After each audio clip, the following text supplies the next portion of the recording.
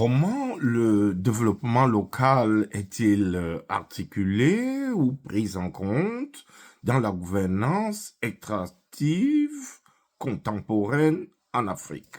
Je suis le docteur Robinson Chabmeni, directeur de l'Institut québécois des affaires internationales.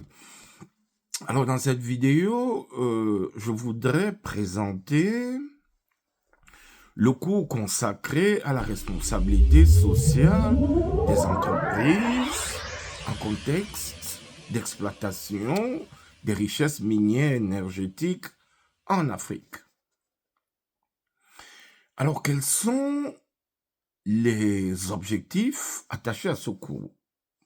Deux principaux objectifs. Le premier objectif recherché est celui de comprendre comment la notion de responsabilité sociale des entreprises se décline en droit minier pétrolier en Afrique. Le second objectif va amener les participants à comprendre les enjeux politiques, économiques, sociaux, culturels, environnementaux et droits de l'homiste liés au développement des communautés locales et autochtones riveraines des sites extractifs en Afrique, naturellement en contexte d'exploitation de leurs richesses ancestrales. Alors, plusieurs compétences sont attendues à l'issue de ce cours. Les participants devront, au terme de cet enseignement, maîtriser la notion de RSE, responsabilité sociale des entreprises. Ils devront connaître l'histoire et l'évolution du concept de la RSE en Afrique. Ils devront connaître et maîtriser les instruments internationaux qui encadrent le comportement international des multinationales. Connaître et maîtriser les différents domaines de la RSE en Afrique. Comprendre les enjeux d'une exploitation durable des richesses minières énergétiques sur le continent africain. Les participants devront, au terme de cet enseignement, maîtriser les principes RUDI, qui sont les principes directeurs du business et des droits de l'homme. Ils devront par ailleurs maîtriser les voies de recours internationales contre les multinationales minières lorsqu'elles sont complices des violations des droits humains et environnementaux à l'étranger, notamment dans les pays en développement. Ils devront par ailleurs comprendre la transparence dans les industries extractives en Afrique et pouvoir expliquer pourquoi les pays miniers africains tardent à se développer en dépit de leur richesse minière et énergétique abondante. En tout état de cause, les participants devront, au terme de ce cours, pouvoir conseiller utilement les parties prenantes, à savoir les gouvernements africains ou étrangers, les investisseurs étrangers, bref, toutes les parties qui s'intéressent à l'exploitation des richesses minières africaines, pouvoir les conseiller sur les enjeux du développement local dans les pays miniers africains. Alors, 4 chapitres vont structurer ce cours. Le premier chapitre sera consacré à étudier la notion de la RSE en Afrique.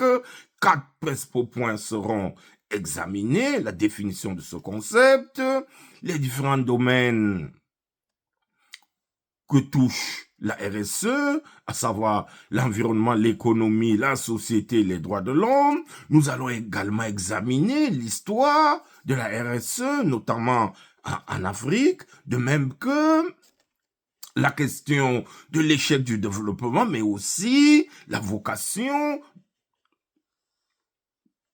développementiste assignée aux richesses minières et énergétiques africaines par l'ONU. Le second chapitre va concerner les principes directeurs relatifs aux entreprises et aux droits de l'homme.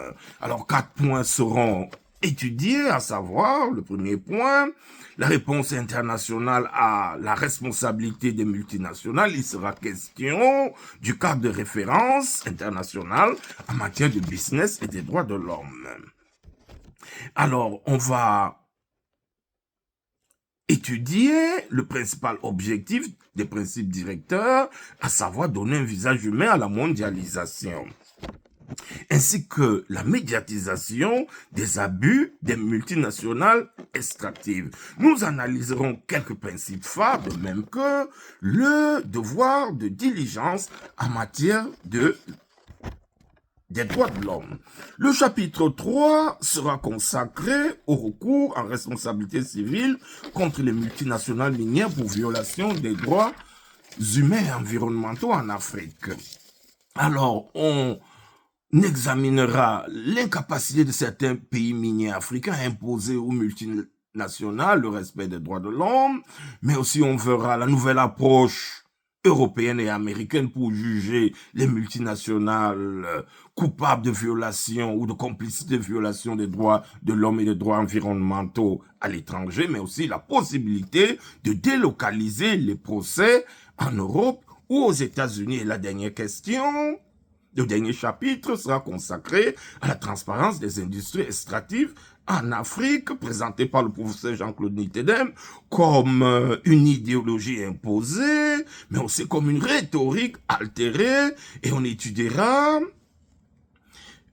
l'idéologie politique, la gouvernance minière participative, mais aussi, et enfin, les limites endogènes et exogènes à l'idéologie de la transparence des industries extractives. En tout état de cause, ce cours sur la responsabilité sociale des entreprises en Afrique est une réflexion stratégique sur le développement local en Afrique en contexte d'exploitation des richesses minières énergétiques africaines.